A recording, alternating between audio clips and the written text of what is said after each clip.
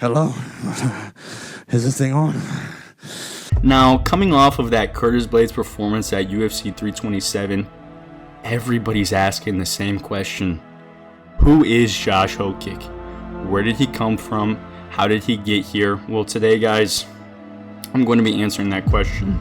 I did my deep dive, I did my research on the entire life of the Incredible Hok.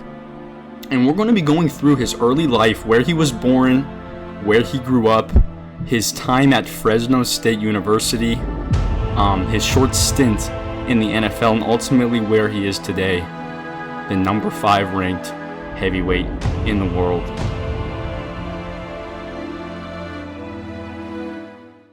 Starting off Josh's early life, he was born November 12, 1997 in Bakersfield, California. He spent majority of his childhood in Wasco, California before he moved to Clovis. Josh then attended Clovis High School, where he excelled at both wrestling and football. His senior year of high school, Josh peaked as the number 3 ranked wrestler in the nation. Within Josh's high school wrestling career, he had a record of 59-13. And in 2016, he was the California State High School champion at 182 pounds. Now, that's not all. Josh Hokit had also an incredible, impressive football career in high school, recording a total of 125 tackles as a linebacker and rushing for a total of 820 yards with 8 touchdowns. Now, in Josh's senior season, he was named the Track Player of the Year and the Central Section Defensive Player of the Year. Now, after high school, Josh accepted a wrestling scholarship to Drexel University, but then later changed his mind when he found out that they did not have a football program. Josh then attended Fresno State University, where he walked onto the football team and played 12 games as a freshman. Josh was one of 4 freshmen that were traveling with the team. He made his minutes count though, playing multiple positions such as linebacker, fullback, running back, and special teams. In that season as a freshman, he made 7 tackles, rushing for 130 yards. In Josh's next season as a sophomore with the Bulldogs, he played in a total of 14 games and rushed for 583 yards and scoring 7 touchdowns. Josh balanced both wrestling and football while attending Fresno State. In college, Josh had a wrestling record of 63-20. In 2019, when Josh was a junior, he was selected to be an NCAA All-American, where he placed 5th. Josh Hokit wrestled Bo Nickel in that tournament. He ultimately lost though. Josh had 27 wins as a junior, and in his senior season, Josh was named the NWCA Second Team All-American, leading Fresno State with 24 wins. Now, after college, Josh went unselected in the 2020 NFL Draft and was later signed by the San Francisco 49ers as an undrafted free agent. The 49ers waived him from the final roster before signing him then to the practice squad a day later. Now, life as an undrafted NFL free agent is a very, very tough one. Josh spent majority of his time in the NFL working his way onto a roster, but kept facing many hurdles. He was placed on a reserve COVID-19 list on December 2023, but then later waived at the 2021 final roster cuts. He was then re-signed the next day though to the practice squad once again. After being placed on another COVID reserve in January of 2022, where he was then signed later on to the reserve future contract position in February of 2022. Now, that contract lasted all the way up until August 15th of that year, where he was then waived for the final time by the San Francisco 49ers. Now, after spending over 2 years working his way to make his way onto an NFL team, he had to start all over again. And instead of giving up, Josh Hokit kept his NFL dreams pushing forward. He then signed with the Arizona Cardinals just 3 days later on August 18th, but unfortunately he was then waived 5 days later. Now, that was the last time we would see Josh's name on an NFL roster. And after leaving the NFL, Josh began training MMA. With his elite wrestling background, he found a grappling style that worked for him as he started out training. When Josh first jumped into MMA, he began training at multiple gyms He first started at Extreme Couture in Las Vegas with fighters such as Chris Curtis and Sean Strickland. But then Josh was signed to Bellator on March 1st of 2023, and in that time he shifted his training to the Jackson Wink gym with John Jones. Now, Josh made his Bellator debut on October 7, 2023, where he won by a third-round arm triangle. The crazy thing about Josh is he had no amateur fights before making his MMA pro debut, coming into the sport with only 7 months of full-time MMA training. Winning his first fight in a huge promotion by finish. Now, Josh does have a brother named Isaiah Hokit, who also wrestled at Fresno State and also fights in the Bellator promotion. Isaiah has a record of 3-1 and signed with a promotion in 2022.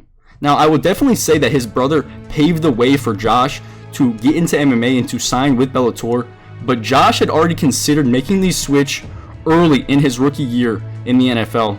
Josh has always had a love for the one-on-one competition and has always had a desire to compete in what he calls a real man sport in MMA.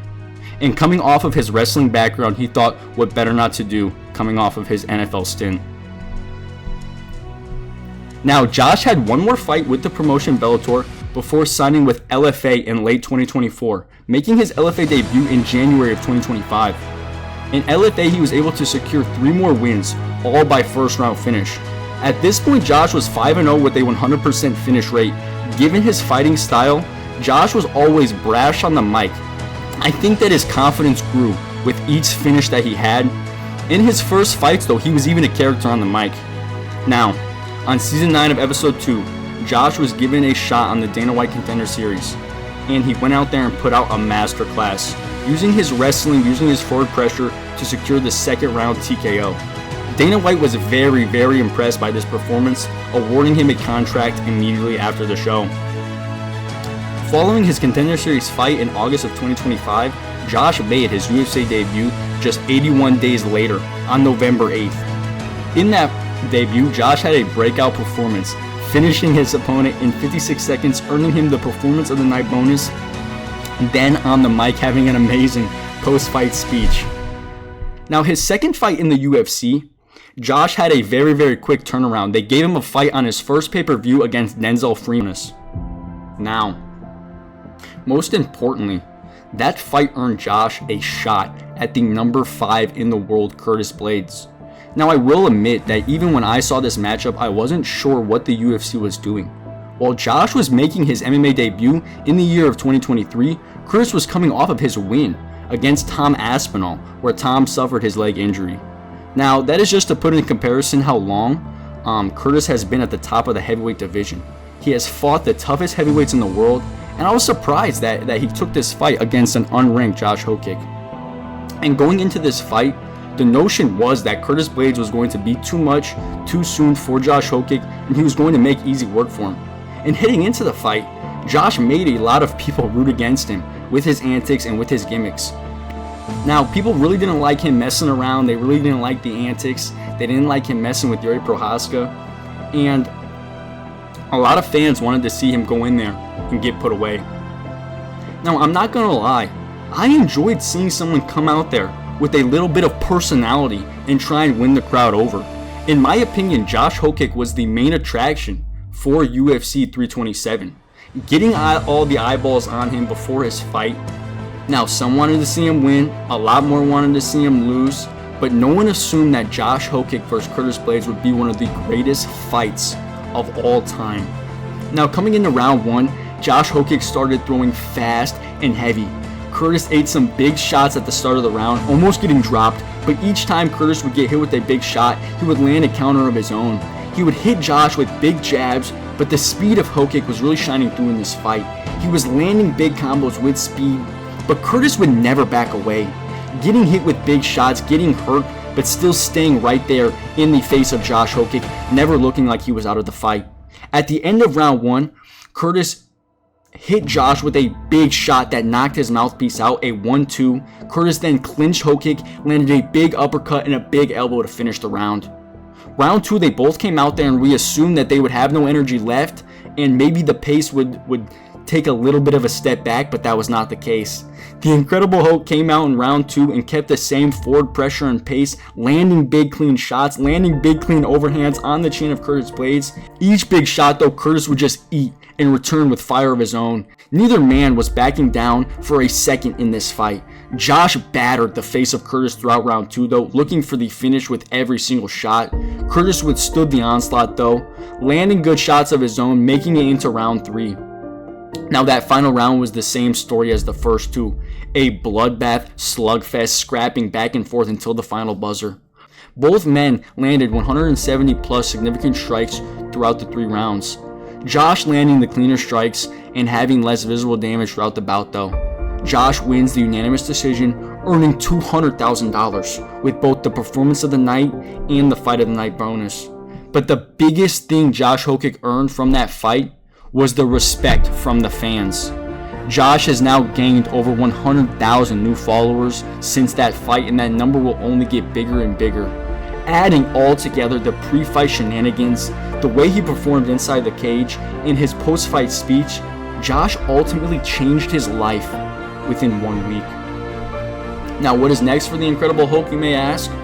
He has a fight booked against Derek Lewis on the White House card later this year, giving him an opportunity on the biggest card this year. Now, I truly think that Josh will capitalize on this moment and utilize the biggest stage possible and continue to grow his stardom. What do you guys think though? Do you guys think will Josh get the win at the White House this year against Derek Lewis? Do you think he will become the future heavyweight champ? Who do you got? Josh Hokit versus Alex Pereira? Let me know down below. Let me know down below what you guys think the future of Josh Hokit is.